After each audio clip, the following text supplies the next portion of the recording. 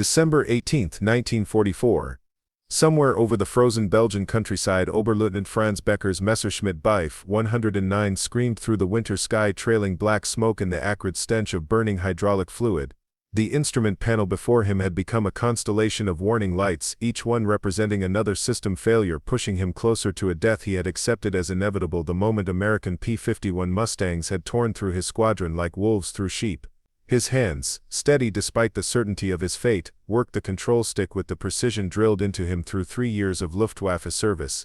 But precision meant nothing when your aircraft was dying around you, when your engine was seizing, when your altimeter was spinning downward with mechanical indifference to the human terror it measured. Before we jump back in, tell us where you're tuning in from, and if this story touches you, make sure you're subscribed, because tomorrow I've saved something extra special for you. Franz had grown up in the shadow of defeat, born in 1921 to a family still reeling from the humiliation of the Great War.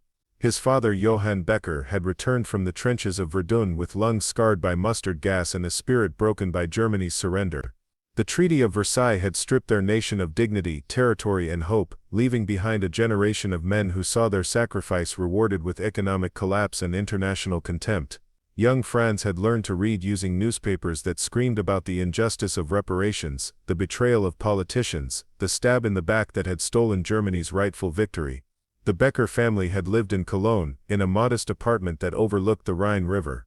Johann worked as a clerk in a shipping office, a position far beneath his education and abilities, but the post-war economy offered little to men whose primary skill was surviving artillery barrages.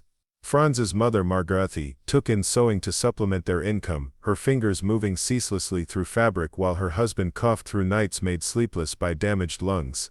They had 3 children, and Franz was the eldest, burdened with expectations that grew heavier as Germany's economic situation worsened.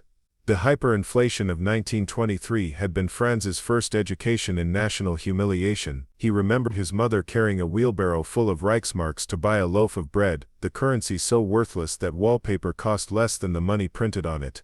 He remembered his father's rage as lifetime savings evaporated overnight, as pensions became meaningless, as the middle class discovered that financial security was an illusion that governments could dissolve through printing press excess. These were not abstract historical lessons, but lived experiences that shaped every assumption about power, stability, and national survival. School had offered little refuge from economic chaos. Franz attended the real gymnasium, where teachers struggled to maintain educational standards while students arrived hungry, wearing shoes with cardboard soles, carrying textbooks that families couldn't afford to replace. But Franz had been a brilliant student, particularly in mathematics and physics, subjects that offered logical certainty in a world that seemed governed by arbitrary cruelty. His teachers recognized potential that transcended circumstances, recommending him for advanced studies despite his family's poverty. The Nazi rise to power in 1933 had transformed Franz's world with dizzying speed. Suddenly Germany was no longer a defeated nation accepting punishment but a resurgent power demanding respect. The economy stabilized through public works programs that put Franz's father back to meaningful employment.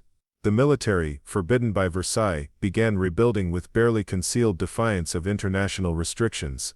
National pride, dormant since 1918, resurged with intoxicating intensity. Franz was 12 years old, malleable and hungry for heroes, when Adolf Hitler promised to restore German greatness. The Hitler Youth had recruited Franz in 1933, offering structure, purpose, and belonging to a boy whose childhood had been defined by economic chaos and national shame. The organization taught more than Nazi ideology. It provided physical training, outdoor activities, and camaraderie that Franz's impoverished circumstances had previously denied him.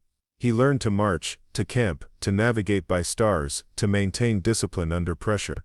These were practical skills wrapped in nationalist rhetoric that seemed reasonable to a generation raised on stories of betrayal and humiliation. By 1936, Franz had become a squad leader, responsible for younger boys who looked to him for guidance and approval. He taught them map reading and orienteering, led camping expeditions through the Eifel Mountains, organized competitions that built physical endurance and mental toughness. The ideology he absorbed seemed self-evidently true to a 15-year-old who had witnessed his nation's transformation from defeated weakness to renewed strength. Germany was rising because Germans were working together, putting nation before self, rejecting the divisive politics that had caused post-war chaos.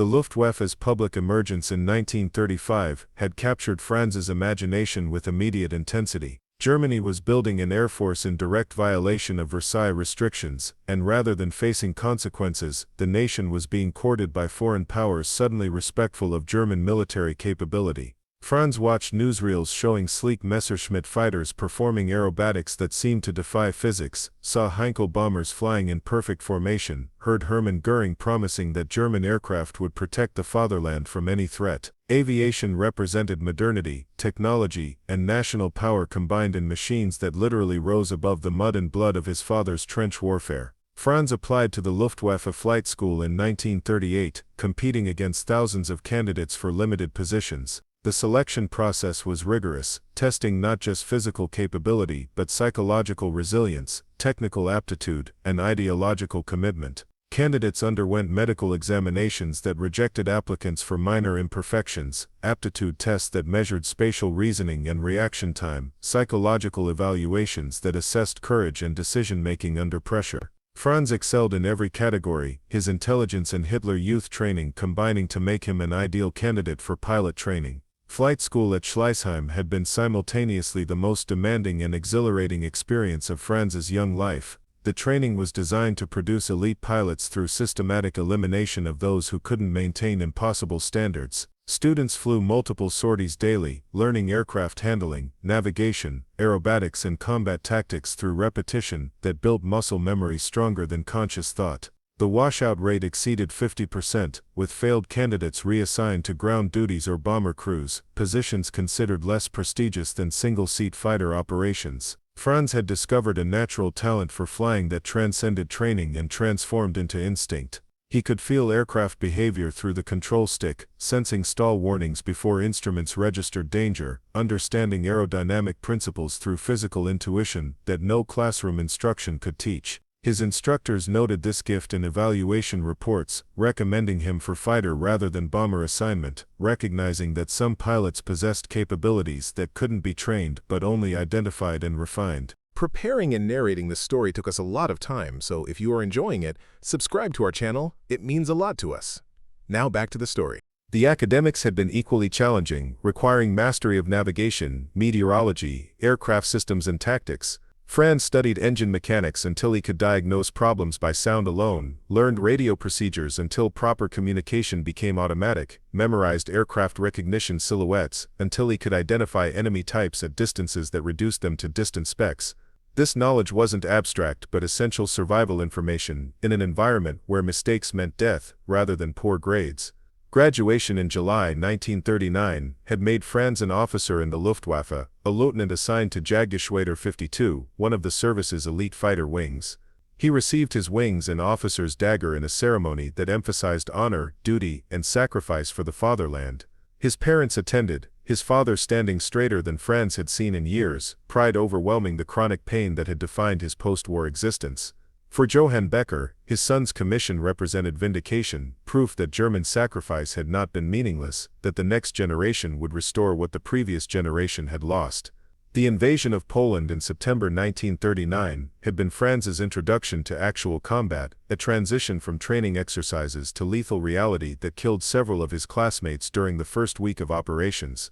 Polish pilots flew obsolete aircraft with desperate courage, their PZL fighters outmatched by German Messerschmitts, but flown by men defending their homeland against overwhelming aggression. Franz's first kill had been a PZL P-11, an antiquated biplane that had nevertheless damaged his wingman before Franz's cannon fire tore it apart in mid-air. He had watched the Polish pilot bail out, parachute deploying successfully, the man drifting toward Earth, while his aircraft spiraled into a farmer's field trailing black smoke. Franz had felt no triumph in that moment, only profound relief that he had survived and complicated guilt about trying to kill another human being. The Luftwaffe encouraged pilots to view aerial combat as technical problem-solving rather than murder, to focus on aircraft destruction rather than human death, but the distinction seemed meaningless when you watched a machine you had just shot become a man falling through the sky. The French campaign in 1940 had been shockingly brief, overwhelming German success that validated every promise about restored national greatness. French forces, supposedly superior to German military capability, collapsed within weeks under blitzkrieg tactics that combined air power with mechanized ground assault. Franz flew multiple sorties daily, strafing columns of refugees, mixed with retreating soldiers, bombing airfields where French aircraft sat in neat rows waiting for destruction, escorting Stuka dive bombers that screamed down on targets with terrifying precision. The victory had seemed to prove everything Franz had been taught about German superiority and destiny. France, the nation that had imposed Versailles humiliation, had been defeated faster than Poland, its vaunted military exposed as hollow pretense. The newsreels showed Hitler dancing a jig at the railway car where Germany had surrendered in 1918, symbolic vengeance that resonated with every German who remembered the humiliation. Franz's father had wept while watching those images, 22 years of bitterness temporarily salved by visible proof that defeat had been reversed. Britain's refusal to surrender after Franz's fall had frustrated German leadership and pilots alike. The Luftwaffe was tasked with achieving air superiority over England as preparation for invasion, a mission that seemed straightforward given recent victories. But British pilots flying Spitfires and Hurricanes from their island bases proved far more formidable than Polish or French opponents. They fought over their own territory with desperate skill, crashing damaged aircraft rather than bailing out over water, returning to combat after injuries that should have grounded them permanently. Franz had participated in the Battle of Britain during the late summer and autumn of 1940, flying escort missions for bomber formations attacking English cities, and the losses had been staggering, far exceeding anything experienced in Poland or France. British fighters tore through bomber formations despite German escorts, shooting down aircraft faster than factories could replace them. Franz's squadron lost half its pilots in 6 weeks, experienced men replaced by undertrained newcomers who died during their first missions, creating a death spiral that no amount of courage could reverse. The battle had ended in German defeat disguised as strategic reorientation. The invasion of Britain was postponed indefinitely, a polite way of admitting that the Luftwaffe had failed its primary mission. Franz had survived through combination of skill and statistical luck, his aircraft damaged multiple times but never catastrophically. He had shot down 7 confirmed British aircraft, but each victory felt hollow because the enemy kept fighting, kept replacing losses, kept denying Germany the decisive air superiority that invasion required. The invasion of Russia in June 1941 had seemed like strategic insanity to pilots who understood operational realities better than ideological leaders. The Luftwaffe was supposed to destroy Soviet air support ground advances across distances that dwarfed French or Polish campaigns, and maintain operations through Russian winter that had destroyed Napoleon's army. The plan required resources that didn't exist, logistics that couldn't be sustained, and enemy collapse that intelligence reports suggested was unlikely. Franz had been transferred to the Eastern Front, flying from improvised airfields that were mud in spring, dust in summer, and frozen wasteland in winter. The Soviet Air Force had been enormous, poorly trained, and suicidally brave, throwing obsolete aircraft against German formations with desperate aggression that overwhelmed technical inferiority through sheer numbers. Franz's kill count increased dramatically, sometimes shooting down 3 or 4 Soviet aircraft per mission, but the enemy kept coming, replacing losses faster than German pilots could inflict them. The scale of the Eastern Front had been incomprehensible, distances so vast that navigation became the primary challenge rather than enemy action. Franz flew missions where fuel limitations meant he couldn't reach assigned targets and return. Franz flew missions where fuel limitations meant he couldn't reach assigned targets and return. The scale of the Eastern Front had been incommensurable were perstolkamis, retukam, but fort system but the fort to, of in never so a nation. Where emergency landings in Russian territory meant probable death through capture or partisan attack, where winter temperatures froze hydraulic fluid and made aircraft handling dangerous even without enemy interference. He watched friends die from mechanical failures as often as enemy action, saw pilots bail out over hostile territory, knowing they would freeze before reaching friendly lines. The winter of 1941–42 had shattered German assumptions about quick victory and Soviet weakness. Temperatures dropped to 40 below zero, cold that made aircraft maintenance nearly impossible and operations actively suicidal. Engines refused to start despite ground crew efforts to heat them with bonfire.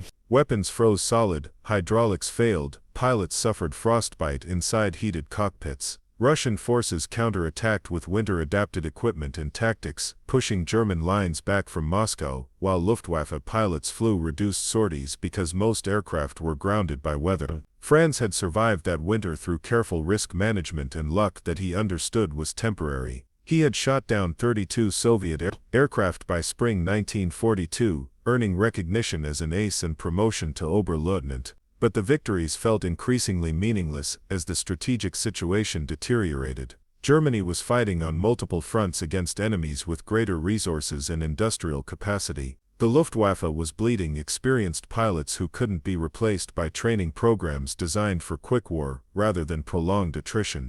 The years 1942 and 1943 had blurred into endless missions, temporary postings, and growing certainty that Germany was losing a war that ideology insisted it must win. Franz flew missions supporting Stalingrad operations that ended in catastrophic defeat, covered retreats that became routine rather than exceptional, watched Soviet aircraft improve from obsolete biplanes to modern fighters that challenged German technical superiority. He was transferred between units as casualties created temporary shortages, flying with pilots he barely knew, leading formations one week and serving as wingman the next. By late 1943, Franz had accumulated 68 confirmed kills, a score that earned him the Knight's Cross and assignment to home defense duties. Germany was under sustained strategic bombing by American and British forces, daylight raids by massive B-17 and B-24 formations, escorted by long-range fighters. The Luftwaffe's mission had shifted from offensive operations to defending German cities and industrial capacity against enemies who owned the skies in numbers that made tactical victory impossible. Franz found himself based near Cologne, defending the city where he had grown up, watching American bombers reduce familiar neighborhoods to rubble despite German fighter efforts. He flew interception missions against bomber streams that stretched for miles, formations so large that shooting down 10 or 20 bombers barely affected the remaining aircraft that continued to target and destroyed their objectives. The mathematics of attrition had turned decisively against Germany, industrial capacity insufficient to replace pilot and aircraft losses accumulating through daily combat.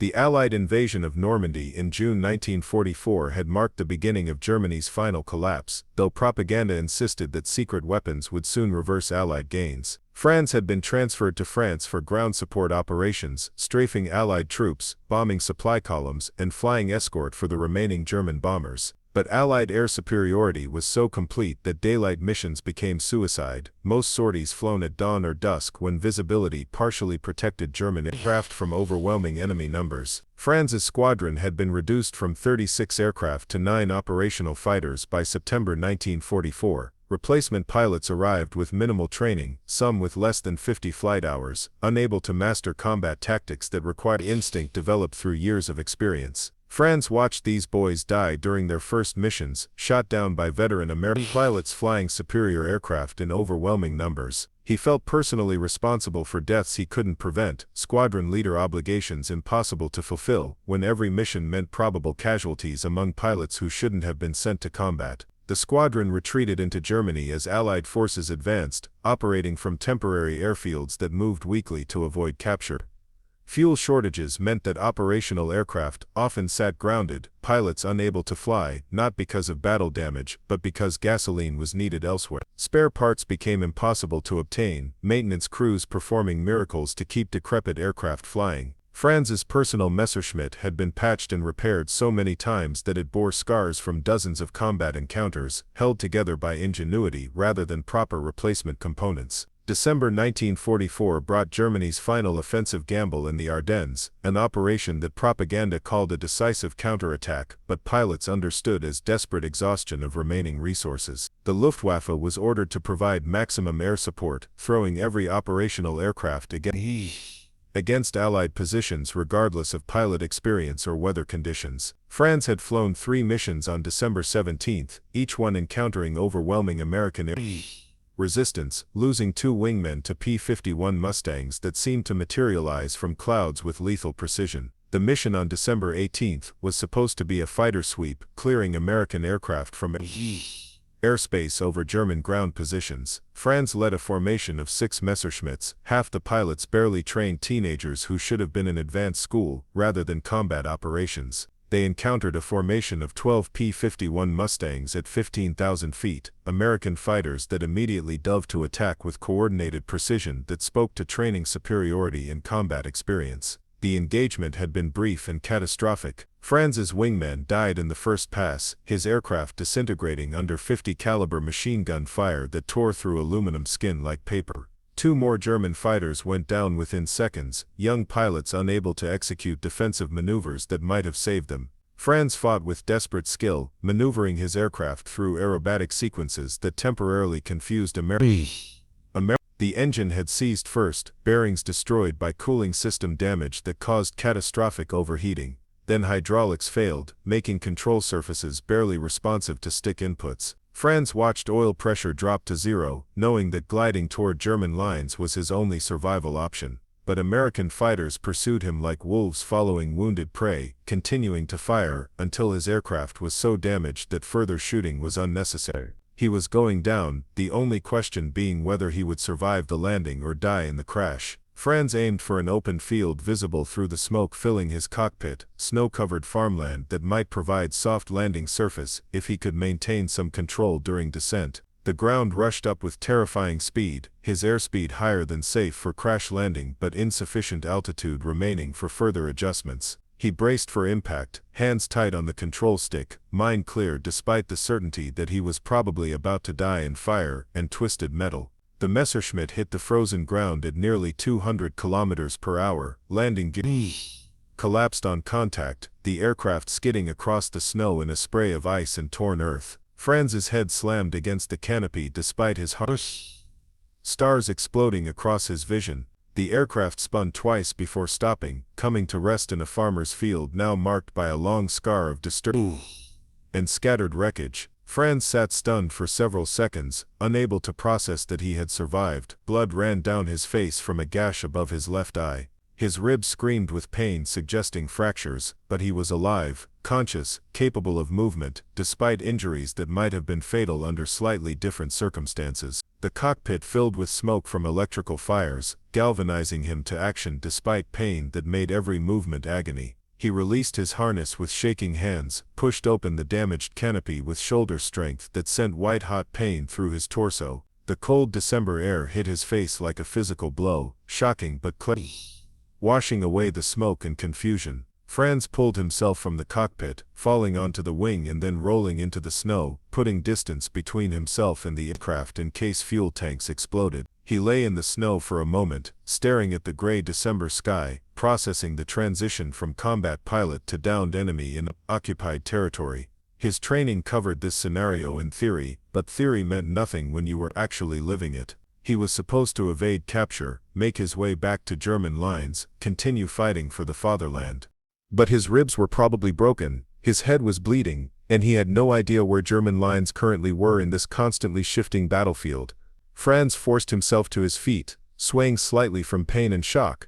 His aircraft was destroyed, burning now as fuel ignited from electrical fires. Any hope of repair or recovery was gone.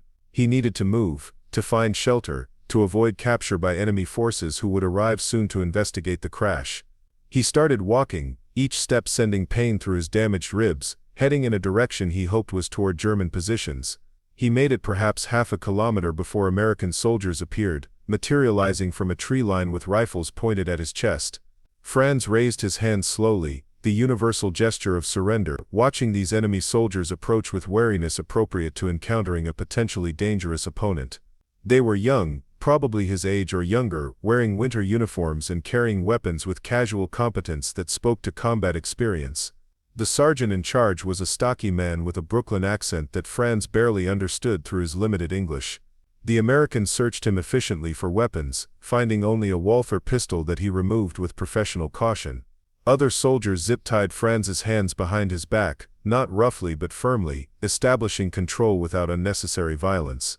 They seemed more curious than hostile, examining this German pilot who had crashed in their operational area. Franz expected execution or immediate imprisonment in harsh conditions reflecting German treatment of Allied prisoners.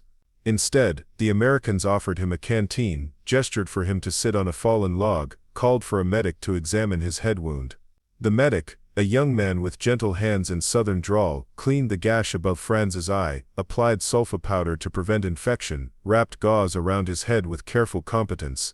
He felt Franz's ribs with practiced fingers, announced that they were probably cracked but not catastrophically broken. This treatment confused Franz more than hostility would have. These were enemies who should hate him for years of warfare that had killed thousands of their compatriots, yet they offered water, medical treatment, and relative courtesy to a downed pilot who minutes earlier had been trying to kill their fellow soldiers.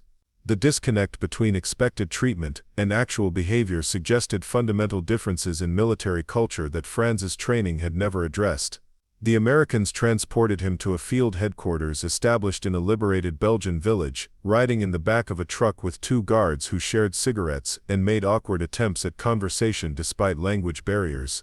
Franz learned that the sergeant was from New York, had been fighting since Normandy, missed his wife and two young daughters. The medic was from Georgia, had studied agriculture before the war, planned to return to his family's farm when fighting ended. These were not monsters or ideological warriors but ordinary men serving their country because circumstances demanded it. The field headquarters occupied a former German command post, offices recently abandoned by retreating Wehrmacht forces. Franz was brought before an intelligence officer, a captain who spoke fluent German and seemed more interested in aircraft performance than military intelligence. The questions focused on the Messerschmitt's technical capabilities, engine reliability, armament effectiveness, and pilot training methods. Franz answered honestly, understanding that this information mattered little now that Germany's air force was effectively defeated. The interrogation was professional rather than hostile, conducted in a heated office while Franz sat in a comfortable chair drinking real coffee that German civilians hadn't seen in years. The captain offered him a sandwich made with fresh bread and actual meat, luxuries that spoke to supply chain efficiency that Germany couldn't match. Franz ate slowly, savoring food that was better than combat pilot rations he had received during active duty. Evening brought transfer to a larger pole processing center established at a captured Luftwaffe base, irony that Franz appreciated despite his circumstances. American forces had secured the airfield intact, capturing fuel stocks, spare parts, and several damaged German aircraft awaiting repair. They had converted German facilities to their own use with efficient speed that spoke to logistical capabilities far exceeding German organizational capacity. Franz was placed in a barracks with 30 other captured Luftwaffe personnel, pilots, and aircrew from various units. The Americans provided blankets, adequate rations and heat that made the space reasonably comfortable despite overcrowding. Guards were present but not oppressive, maintaining security without the casual brutality that characterized German Pole-Scene during Eastern Front operations. That night, Franz lay awake on his bunk, processing the day's events and confronting assumptions that combat experience was forcing him to question.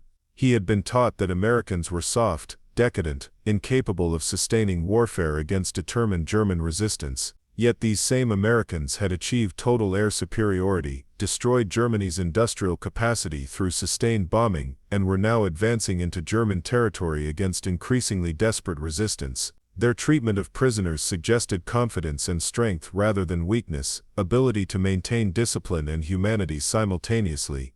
The morning of December 19th brought an announcement that shattered every assumption Franz had developed about captivity and enemy intentions. A U.S. Army Air Force colonel addressed the assembled German pilots through a translator, explaining that select prisoners would be offered an extraordinary opportunity. The Americans needed pilots to help evaluate captured German aircraft, to explain Luftwaffe tactics and training methods, to provide perspective that would improve Allied operations during the war's final phase. Those who volunteered would receive better treatment, additional privileges, and post-war consideration for rapid repatriation. But more significantly, they would fly again, sitting in American cockpits, demonstrating German aircraft to enemy pilots, sharing technical knowledge with men who days earlier had been trying to kill them. The offer seemed insane, impossible, a test or trap designed to identify collaborators who could then be punished according to military justice. Franz had expected death, imprisonment, or at best, survival in harsh conditions until war's end.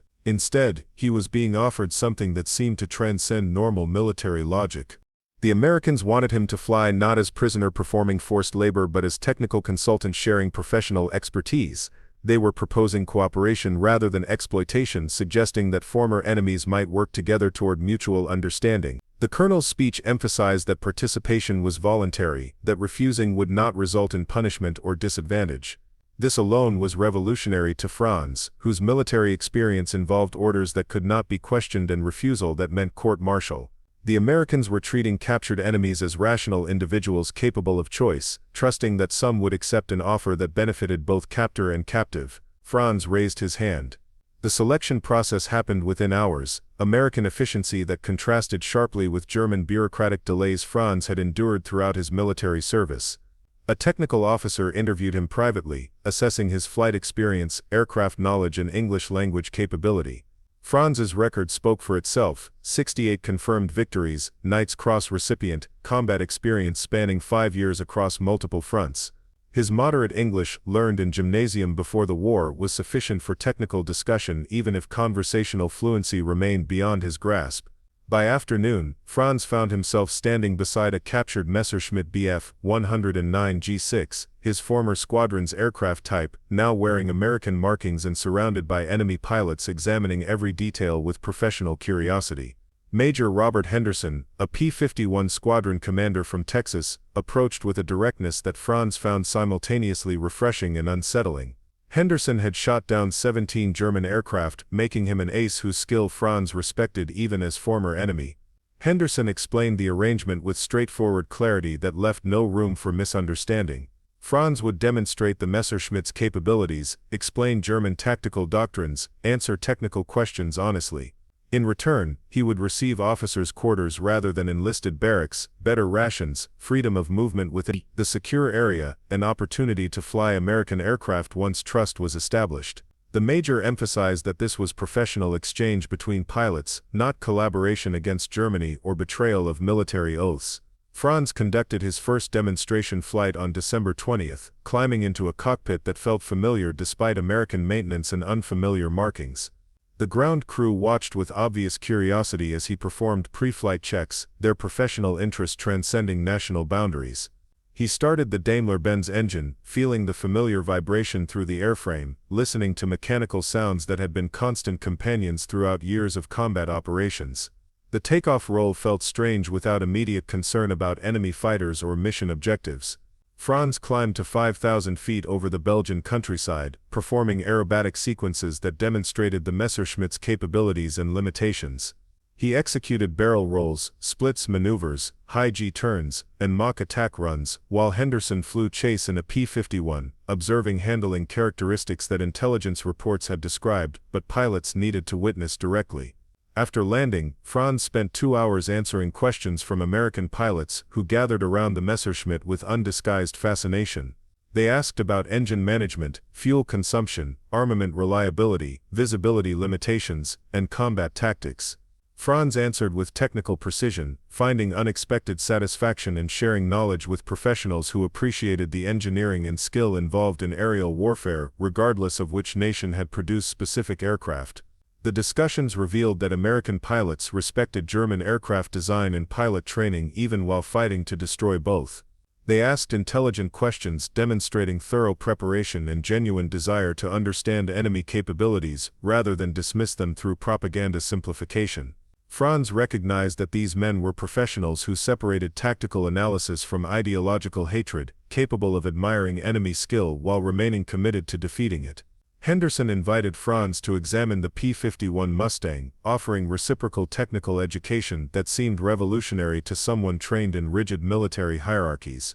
The American fighter impressed Franz immediately with build quality and engineering sophistication that exceeded German standards despite propaganda claims about enemy inferiority.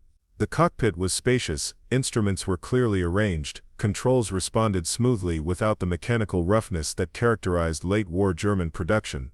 The Mustang's range capabilities particularly shocked Franz when Henderson explained that the aircraft could escort bombers to Berlin and return to English bases, flying missions that German fighters couldn't match due to fuel limitations. This single technical detail explained American bombing success better than any tactical analysis. The P-51 had sufficient range to accompany bombers throughout their missions, making interception far more difficult than when fighters could only engage during limited windows before fuel exhaustion forced withdrawal. Henderson described American pilot training that allocated 200 flight hours before combat assignment, double the time that late-war German pilots received. The Americans could afford this thorough preparation because they had fuel, aircraft and instructors in quantities that Germany couldn't match. Franz thought about the undertrained teenagers he had led into combat, boys with 50 hours experience expected to fight veterans with thousands of hours, and understood that Germany had lost not through individual cowardice but systematic resource disadvantage. Christmas Eve 1944 brought unexpected celebration that challenged Franz's assumptions about military professionalism and human decency. American personnel organized a dinner for POW pilots, serving turkey with stuffing, mashed potatoes swimming in gravy, fresh vegetables, and apple pie that seemed impossibly luxurious. They invited German prisoners to share the meal not as conquered enemies but as fellow aviators temporarily on opposite sides of conflict neither had chosen. Franz sat across from Henderson, eating food better than German combat rations, while discussing aircraft design philosophy with the man who might have killed him days earlier. They debated the merits of heavy armament versus maneuverability, argued about optimal wing loading, compared engine reliability across different manufacturers. The conversation was technical rather than personal, allowing them to connect through shared professional passion while avoiding topics that might revive hostility. After dinner, someone produced a harmonica and began playing Christmas carols that transcended national boundaries. American and German voices joined in singing Silent Night, the song's German origins allowing both groups to participate in their native languages simultaneously. Franz felt tears burning his eyes, overwhelmed by the absurdity and beauty of former enemies sharing music that celebrated peace while war continued raging across Europe. January 1945 brought Franz's first opportunity to fly American aircraft, a privilege that seemed impossible yet was offered with casual generosity that spoke to confidence and trust. Henderson checked him out in a training variant P-51, spending hours explaining systems, procedures, and handling characteristics before allowing solo flight.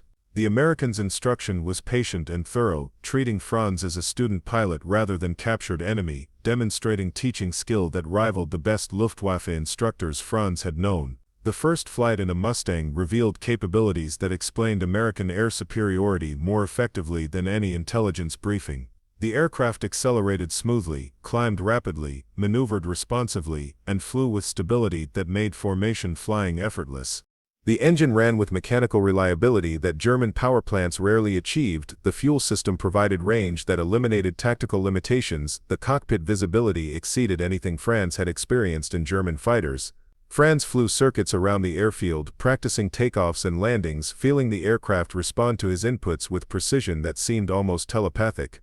He performed aerobatic sequences, testing handling at various speeds and altitudes, discovering that American engineering had achieved performance roughly equivalent to German fighters while adding reliability and range that transformed tactical possibilities. The Mustang wasn't necessarily superior in every category, but its overall capability package explained why American fighters dominated European skies. Henderson debriefed him after landing, asking for comparative assessment between the P-51 and Messerschmitt.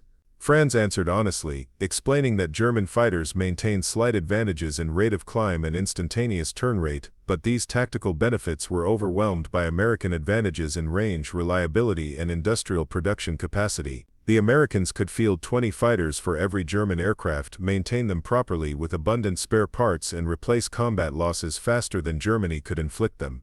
The discussion expanded to include broader strategic analysis that Franz had never articulated even to himself. Germany had designed excellent aircraft and trained skilled pilots but had failed to develop the logistical infrastructure necessary to sustain prolonged warfare. The Luftwaffe operated on assumptions about quick victory that had proven catastrophically wrong once facing enemies with greater industrial capacity and resource depth. American success wasn't primarily about individual aircraft superiority but systematic advantage across every aspect of air warfare. Franz spent January and February 1945 working with American intelligence officers, explaining Luftwaffe training methods, tactical doctrines, and organizational structures. He described how German pilot quality had deteriorated as experienced instructors were sent to combat units, how fuel shortages reduced training hours, how aircraft production couldn't replace losses accumulating through attrition warfare. His testimony painted a picture of Air Force systematically destroyed through resource exhaustion rather than tactical defeat. The Americans treated this information seriously, incorporating Franz's insights into intelligence assessments and tactical planning. They asked detailed questions about specific units, equipment, and capabilities, building comprehensive understanding of enemy strengths and weaknesses. Franz found satisfaction in contributing to analysis that might shorten the war and reduce casualties on both sides, justifying his cooperation as serving broader humanitarian purpose rather than betraying his nation. March brought news that Germany was collapsing rapidly, Allied forces advancing from west while Soviets pushed from east.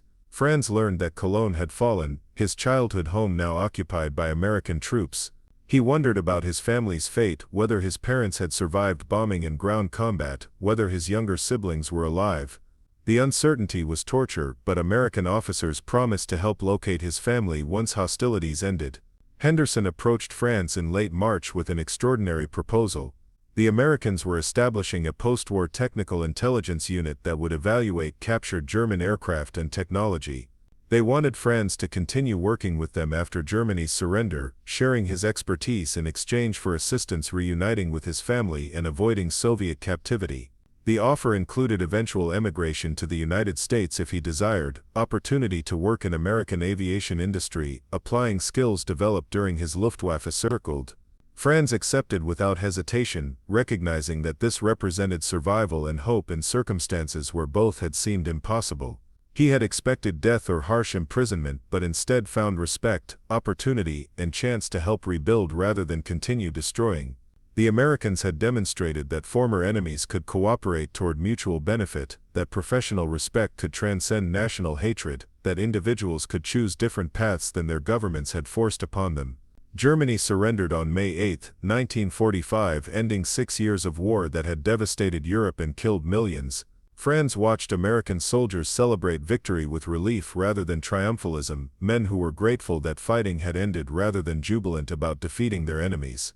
Henderson found Franz that evening, extending his hand in gesture of respect between equals rather than victor's condescension toward vanquished. Franz shook Henderson's hand firmly, feeling complex emotions that defied simple categorization. He grieved for Germany's defeat and the destruction his nation had inflicted and suffered. He felt guilt about survival when so many comrades had died. He experienced relief that the killing had stopped. Most unexpectedly, he felt hope that cooperation demonstrated between American and German pilots might represent template for broader reconciliation. The post-war months brought Franz's work with America's technical intelligence, evaluating advanced German aircraft that had never reached operational status. He flew jet fighters, explained rocket technology, demonstrated weapon systems that represented aviation's future even though they had arrived too late to affect the war's outcome. His expertise proved valuable enough that Americans expedited locating his family, discovering that his parents had survived Cologne's occupation though his youngest brother had been killed during the final weeks of fighting. By 1946, Franz had emigrated to the United States, settling in California where he worked for an aerospace company developing commercial. Henderson had written recommendation letters that emphasized his technical skill and character rather than his wartime service. Franz applied expertise developed in Luftwaffe service to peacetime purposes, helping design civilian aircraft that connected nations through commerce rather than bombing them toward submission. He never forgot the moment when American soldiers had offered water instead of execution, when Henderson had invited him to fly a Mustang instead of imprisoning him indefinitely, when former enemies had chosen cooperation over vengeance. Those decisions had given him second chance at life and demonstrated that individuals could transcend the hatred their governments had cultivated. The corn and butter had fed bodies, but the handshake between pilots had fed something more essential to human survival. Up next, you've got 2 more standout stories right on your screen. If this one hit the mark, you won't want to pass these up, just click and check them out.